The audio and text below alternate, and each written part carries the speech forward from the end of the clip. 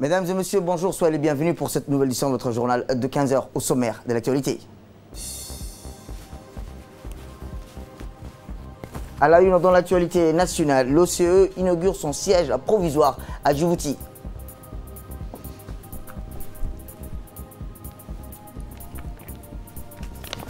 Et enfin, toujours dans l'actualité nationale, signature d'un protocole d'accord relatif au traitement de la tête djiboutienne.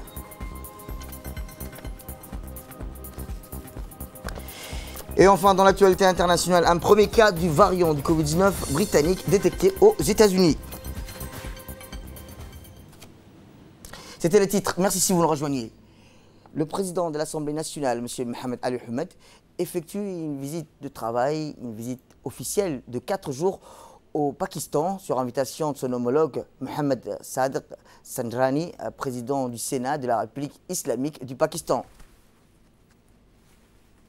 À son arrivée à l'aéroport, le président Ahmed a été accueilli par les autorités locales, conduites par le sénateur Mirza Mohamed Afridi. Dès lors, au salon d'honneur de l'aéroport, les discussions ont tourné sur la redynamisation de la coopération entre les deux pays. Le président du Parlement a affirmé que le renforcement de la coopération entre les deux pays sera au centre de discussion qu'il aura avec les élus du peuple et les autorités pakistanaises. Rappelons-le que le PAN était accompagné pour cette occasion par une importante délégation composée des parlementaires, des cadres de l'institution, du représentant du Pakistan en République de Djibouti et d'une autorité militaire. En l'occurrence, le chef de corps de la Marine nationale, le colonel Mohamed Ahmed Daher Jama. Aussitôt dans l'après-midi, le président du Parlement a été reçu par le président du Sénat pour un tête-à-tête avant de prendre part à une séance de travail dans les deux délégations pour jeter les bases du cadre qui devront servir d'accord de partenariat entre les deux assemblées nationales. Lors de cette rencontre, le président de l'Assemblée nationale, Mohamed Ali Ahmed, a tenu en amont à transmettre la salutation du président de la République, son Excellence Ismaël Merguele. Il a ensuite tenu à exprimer en son nom propre et au nom de sa délégation toute sa gratitude et son extrême reconnaissance pour l'accueil et l'hospitalité qui leur a été réservée. Rappelons-le, par ailleurs, le président a évoqué avec son homologue les voies et moyens d'intensifier et de renforcer davantage les relations bilatérales entre les deux pays par la promotion des échanges et des visites aussi bien dans les officiels que des communautés des hommes d'affaires afin d'explorer les possibilités d'investissement. Autre actualité nationale, le secrétaire général entrant dans l'organisation de coopération éducative de l'OCE, M. Mansour bin Salem, a inauguré officiellement le siège provisoire de l'organisation à Djibouti, conjointement avec le ministre djiboutien des Affaires étrangères de la coopération internationale, M. Mohamed Ali Youssouf, ainsi que le ministre djiboutien de l'Éducation nationale, de la formation professionnelle, Moustapha Mohamed Mahmoud, et le ministre de l'Enseignement supérieur de la Recherche, Nabil Mohamed Ahmed. Après avoir exprimé son remerciement pour le soutien du gouvernement djiboutien de l'OCE dans sa phase préparatoire, le secrétaire général entrant a déclaré que l'opéralisation de l'OCE représente une opportunité historique pour ces deux États fondateurs de concrétiser les idéaux et les principes de la Déclaration universelle d'éducation équilibrée et inclusive. Le secrétaire général entrant a réaffirmé la détermination de l'OCE à servir les intérêts collectifs des États fondateurs pour un développement durable. Autre actualité dans ce 15 h, c'est aussi le ministre des Finances, M. Ilyas Msedawale, qui a reçu tôt ce matin l'ambassadeur de la République de France dans son cabinet. C'est dans une ambiance cordiale que s'est tenue cette rencontre. Le ministre de l'économie, M. Ilyas Msedawale, et son hôte se sont félicités de l'excellente relation qui existe entre la République de Djibouti et la France. Leurs échanges ont porté sur l'actualité, notamment la pandémie du Covid-19 qui sévit dans le monde, la région de la Corne d'Afrique et autres. L'ambassadeur français a félicité les mesures strictes et la stratégie qui a été entreprise par le gouvernement djiboutien dans sa lutte contre la pandémie du Covid-19. La question indispensable ont porté sur les efforts consentis par la République de Djibouti et la France, rappelons-le, afin de consolider et de renforcer les relations de partenariat, mais aussi de nouvelles perspectives qui vont consolider la coopération dans plusieurs domaines nécessaires. Et sans transition, le ministre des Finances, M. Ilyas Msedawale, avec l'ambassadeur de France à Djibouti, M. Arnaud Guillou, ont procédé à la signature d'un accord bilatéral entre la République de Djibouti et la France dans le cadre des protocoles d'accord relatifs au traitement de la dette. Cet accord, connu sous l'initiative sous la suspension du service de la dette a été adoubée par le G20 en avril dernier. Ces moratoires vont permettre à la République de Djibouti de faire face à la crise du Covid-19 liée au Covid-19. Il convient de rappeler que la crise générée par l'épidémie Covid-19 n'est pas seulement sanitaire, elle est aussi économique et sociale. Il y a de cela quelques mois, on est dans le cadre de l'initiative pour la suspension du service de la dette, dans le cadre du G20, du Club de Paris, et dont le but est d'offrir la possibilité aux pays bénéficiaires de réorienter leurs crédits en matière de lutte contre le Covid. Et donc c'est une facilité financière qui est importante. J'ajoute qu'elle s'inscrit dans le cadre de la gestion tout à fait remarquable par les autorités djiboutiennes de la crise sanitaire et des conséquences économiques. Alors les défis sont encore très importants. Mais le budget 2021, la fameuse initiative ici, institution, connectivité, inclusion, est une réponse à la situation du pays et je crois que cela va dans le sens. Comme vous le savez, les membres du Club de Paris sont convenus de prolonger cette initiative de près de 6 mois et restent à l'écoute des partenaires djiboutiens pour répondre à vos besoins. Cette séquence, je crois, illustre le très haut degré de confiance qu'il existe entre la France et Djibouti. Eh bien, de son côté, le ministre des Finances, M. Ilyas Moussa Douale, et l'ambassadeur de la France ont rappelé que le ministre des Finances a effectivement souhaité une bonne année au peuple et aux membres du gouvernement, en particulier au chef de l'État et à la Première Dame, et a déclaré que l'année 2020 restera dans les mémoires collectives comme toute une année charnière. Il a aussi mis en exergue que cet accord rehausse une nouvelle étape aux relations entre Djibouti et la France. Je vous propose de l'écouter. Je profite de cette occasion pour souhaiter nos vœux le meilleur, Monsieur l'ambassadeur, à vous-même, à votre famille, à l'ensemble de votre équipe à l'ambassade, mais également à toute la communauté française en République de Djibouti. Je tiens également à présenter mes vœux à mon équipe, à l'ensemble de Djiboutiens et au président de la République ainsi qu'à la Première Dame. C'est une belle occasion qui nous permet de clore un peu une année difficile sur le plan sanitaire, sur le plan économique, mais cependant très productive dans nos relations bilatérales entre Djibouti et la France, qu'on voit beaucoup d'initiatives engagées. Nous sommes très confiants dans nos relations et plusieurs ministres djiboutiens également. Dans les derniers temps, le ministre de la Défense s'est rendu dans le cadre de nos dialogues politiques, sécuritaires, stratégiques, donc engagé avec son collègue et également plusieurs personnalités françaises. Ceci, en tout cas, dans le cadre de la signature de cette convention de suspension de service de la dette, arrive au point nommé parce que nécessaire compte tenu du choc externe que Djibouti a subi après cette crise du Covid. Et nous saluons au passage le président Macron et son leadership sur l'initiative du G20. On doit l'avouer, le président Macron était parmi les premiers présidents du G7 ou du G20 plus globalement à demander à ce que certaines dispositions soient prises pour les pays en voie de développement et en particulier pour les pays africains. Et nous en sommes reconnaissants. La première partie donc, de la suspension vient de prendre fin ou prendra fin dans 2 jours.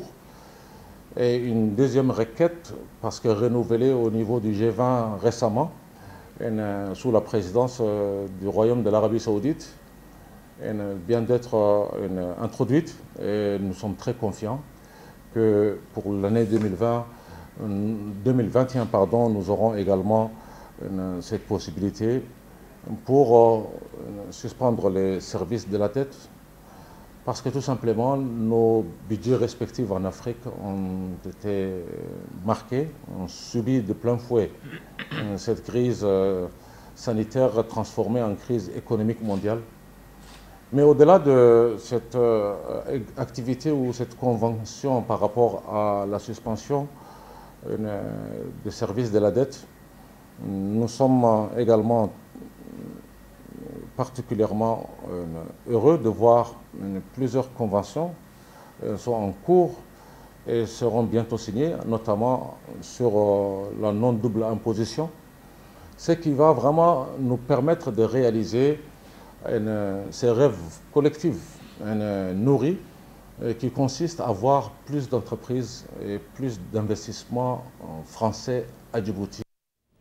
Santé à présent, où le ministre de la Santé, M. Mohamed Ouassama Dirie, a présidé la cérémonie de clôture de l'atelier de validation des protocoles du planning familial et d'intégration du dépistage des cancers génitaux féminins dans les polycliniques et des CMH des régions de l'intérieur. Rappelons que cet atelier de recyclage a été dispensé à toutes les sages-femmes des structures sanitaires de la capitale et des régions afin de renforcer leurs compétences en matière de santé reproductive. Organisé en étroite collaboration avec le FINUAP, cet atelier aura permis d'harmoniser et de valider les protocoles centrés sur le planning familial au niveau de toutes les formations sanitaires du pays. La représentante du FINUAP à Djibouti, Mme Aïcha Ibrahim Djama, a salué cette initiative qui vise à redynamiser les prestations préventives et contraceptives visant à améliorer la santé de la mère. Particulier avec le Centre national de référence en santé de la reproduction, Husseina. L'atelier que nous clôturons aujourd'hui porte sur des aspects qui sont très importants, des aspects de la santé maternelle, enfin de la santé de la femme qui sont très importants. À savoir, dans ce cas précis, le planning familial et l'intégration dans les soins de santé de base, de la sensibilisation sur le cancer du col et du sein et de leur détection. Donc, je voudrais juste dire un mot sur le planning familial qui est le point d'entrée pour la réduction de la mortalité maternelle. Il doit amener une compréhension au-delà de l'espacement des naissances et doit être intégré au sein des politiques et programmes de développement de notre pays afin de bénéficier du dividende démographique pour l'atteinte du développement durable auquel nous aspirons. Et bien, de son côté, le ministre de la Santé, M. Mohamed Ouassama Dirie, a encouragé les sages-femmes à préserver davantage dans leur noble fonction au service de la santé de la mère et de l'enfant. Présence parmi vous aujourd'hui illustre l'intérêt tout particulier que j'accorde à la santé maternelle et néonatale. Comme vous le savez, le gouvernement djiboutien a érigé la santé mère-enfant au niveau des priorités nationales. À ce titre, les mères ont un accès gratuit aux services de santé promotionnelle, préventive et curative, aussi bien en milieu urbain que rural. Autrement dit, la mise en place des protocoles de prise en charge standardisés sur les thématiques de la santé reproductive est synonyme d'une amélioration de la qualité de nos prestations. Nous sommes tous unanimement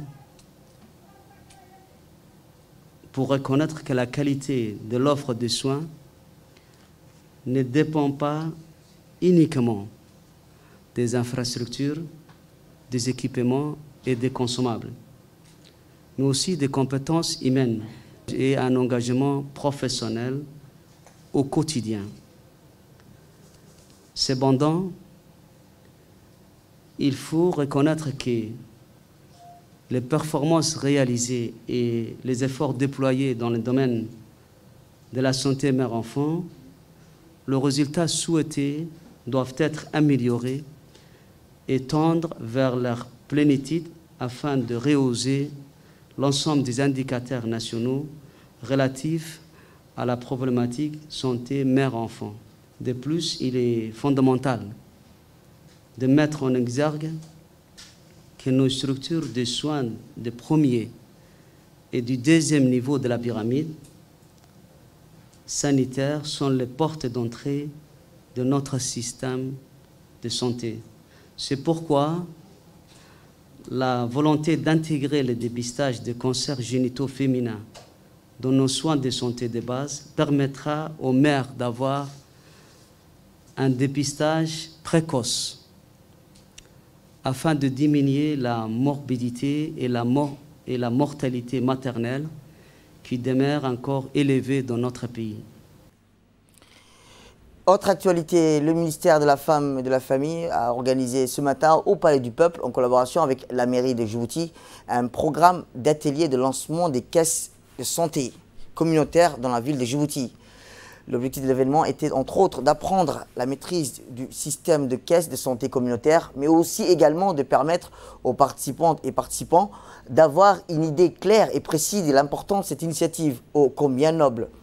Une présentation a été faite par Drogo Ouamara, un expert international, également consultant technique du ministère de la Femme et de la Famille, qui a pris le plaisir de bercer la foule venue en masse par le voix instamment.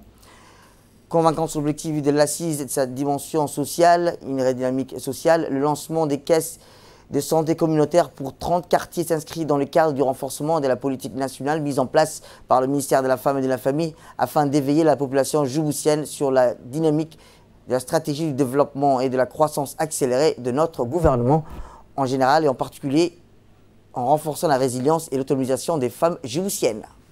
Outil important d'appropriation et d'implication de la communauté dans le développement local. Après avoir bénéficié d'une formation sur les mécanismes de fonctionnement des mutuelles communautaires, les conseils des quartiers deviennent désormais les socles de ces caisses de santé. C'est donc une reconnaissance des conseils des quartiers comme acteurs du développement local dans la ville de Djibouti et j'en suis pleinement heureuse. Madame la ministre de la Femme et de la Famille, je vous remercie d'avoir daigné faire confiance au Conseil des quartiers pour une participation à la consolidation de mutuelles communautaires que vous portez ingénieusement. Eh bien, la représentante du FUNIAP a, dans son intervention, déclaré « réjoui quant à la réussite de cet événement de grande envergure mené par le ministère de la Femme et de la Famille en étroite collaboration, bien sûr, avec la mairie de Djibouti ».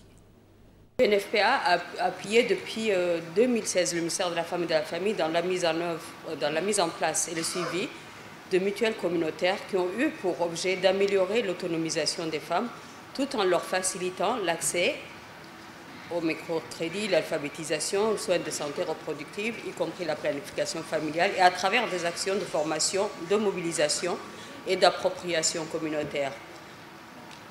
Donc, suite à la réglementation des mutuelles par décret, le développement d'une stratégie de développement communautaire en 2019, ainsi que sur la base des acquis de la première phase des interventions, ce projet, le projet sur la consolidation de l'autonomisation des femmes et des filles djiboutiennes, mis en œuvre par le ministère de la Femme et de la Famille, avec le financement de l'Union européenne, met l'accent sur la création de mutuelles communautaires de développement et plus particulièrement des caisses de santé communautaires en vue d'une meilleure prise en charge des problèmes de santé primaires des communautés locales. La vice-présidente de l'UNFD, Mme Hassana Ahmed, a, dans son intervention, salué les efforts, perspectives et réalisations du ministère de la Femme et de la Famille dans sa lutte plutôt incessante pour un élan social plus prometteur en général et en particulier dans l'accompagnement de la population djiboutienne en matière de santé à travers cette initiative de mutuelle développement communautaire. Les mutuelles communautaires jouent un rôle déterminant dans l'amélioration de la gouvernance locale et contribuent à la construction d'une communauté forte, organisée, actrice de son propre développement économique et social. C'est pourquoi une communauté à laquelle on a donné des moyens d'agir arrive toujours à prendre en charge son avenir économique et sanitaire. Les individus et les organisations ne font que promouvoir leurs aptitudes et leurs ressources de façon collective pour répondre à des priorités sanitaires. La santé est notre bien le plus précieux et tout groupe humain, quelle que soit son origine, puise sa richesse dans l'entraide et la solidarité, comme d'habitude chez nous. La création des caisses de santé communautaire est non seulement une réponse appropriée, mais également Un acte de solidarité fort louable qui encourage la communauté à mettre en commun ses ressources financières dans le but de pouvoir prendre en charge certains besoins de soins, de santé des franges de population les plus fragiles. Et enfin, la ministre de la Femme et de la Famille a dans son intervention remercié aux primes d'abord les femmes et les hommes qui ont contribué de près ou de loin à la réussite de cet atelier de lancement des caisses de santé communautaire qui est une dynamique sociale traduisant la politique nationale que son ministère a mise en place pour l'autonomisation de la population djiboutienne en matière de santé. Écoutons la ministre. C'est avec un plaisir que je m'adresse à vous à l'occasion de cette cérémonie de lancement et de remise de caisses communautaires pour 30 quartiers de la capitale, 20 pour la commune de Balbala et 10 pour la commune de Boul'Os. Le programme qui nous réunit aujourd'hui dans cette salle est inscrit à l'agenda politique du gouvernement et reflète la vision du gouvernement du président de la République, Al-Haj Ismaïl Omar Guelleh. Depuis 20 ans, notre président a toujours milité pour que la population djiboutienne et le peuple djiboutien se prend en charge et a toujours demandé au gouvernement d'être auprès de cette population pour qu'elle atteigne une certaine maturité et prenne les responsabilités du développement de ce pays. Ce programme ne fait que venir renforcer et appuyer toutes les réalisations qui ont été faites jusqu'à présent. Aujourd'hui, nous sommes ici pour installer officiellement le programme de mutuelle de développement communautaire au sein de 20 quartiers de la commune de Balbala et 10 quartiers de la commune de Boul'Os. Le programme de mutuelle de développement communautaire a été initié, comme l'a dit la représentante du FNUAP, en 2016 par le ministère de la Femme et de la Famille, avec l'appui du FNUAP. Il a permis la création de 42 programmes dans 42 localités des 5 régions de l'intérieur. Nous avons voulu, pour la première phase, aller dans les zones les plus éloignées du pays pour pouvoir appuyer, encadrer, accompagner la population afin qu'elle puisse contribuer à son bien-être. Et enfin, dans le fait divers, pour clore l'actualité nationale, dans le cadre de la lutte contre les trafics illicites et suite à des renseignements regroupés, ce jour, la brigade de PK12 Nord a intercepté hier une descente dans la domicile au PK12 suspectée de dissimuler des défenses d'éléphants, autrement dit des ivoires. En effet, les trafiquants donnent en vue de rechercher des clientèles potentielles pour écouler la marchandise illicite dans le marché local. Sur ce, les gendarmes montent une opération en vue d'interpeller les 2 courtiers à la suite d'investigations et ont pu, à la suite d'investigations, permettre de remonter aux détenteurs de ces ivoires, principal ivoire. Ces derniers ont donc été interpellés.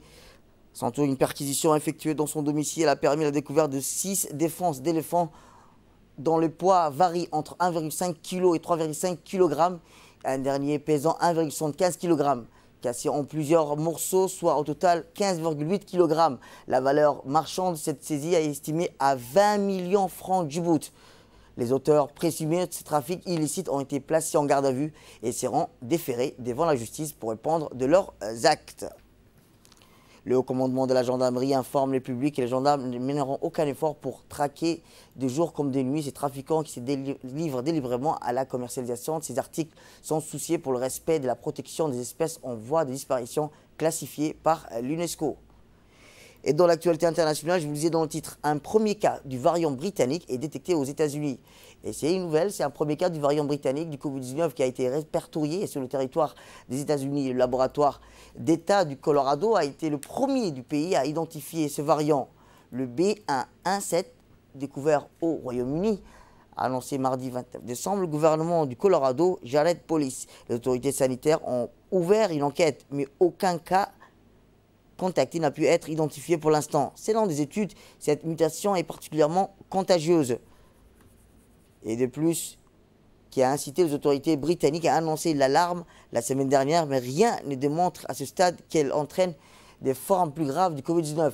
Le variant britannique a déjà été retrouvé dans plusieurs pays, comme le Portugal, la France, la Jordanie, la Corée du Sud ou encore la Chili. Sur le continent nord-américain, la mutation britannique avait déjà été identifiée au Canada le week-end dernier. Les États-Unis, qui comptent le plus grand nombre de morts de Covid-19 au monde, connaissent actuellement un rebond spectaculaire d'épidémie avec régulièrement plus de 200 000 cas confirmés et plus de 3 000 morts par jour. C'est tout pour cette édition. Merci à vous de nous avoir suivis. Restez avec nous pour la suite de programmes télévisés.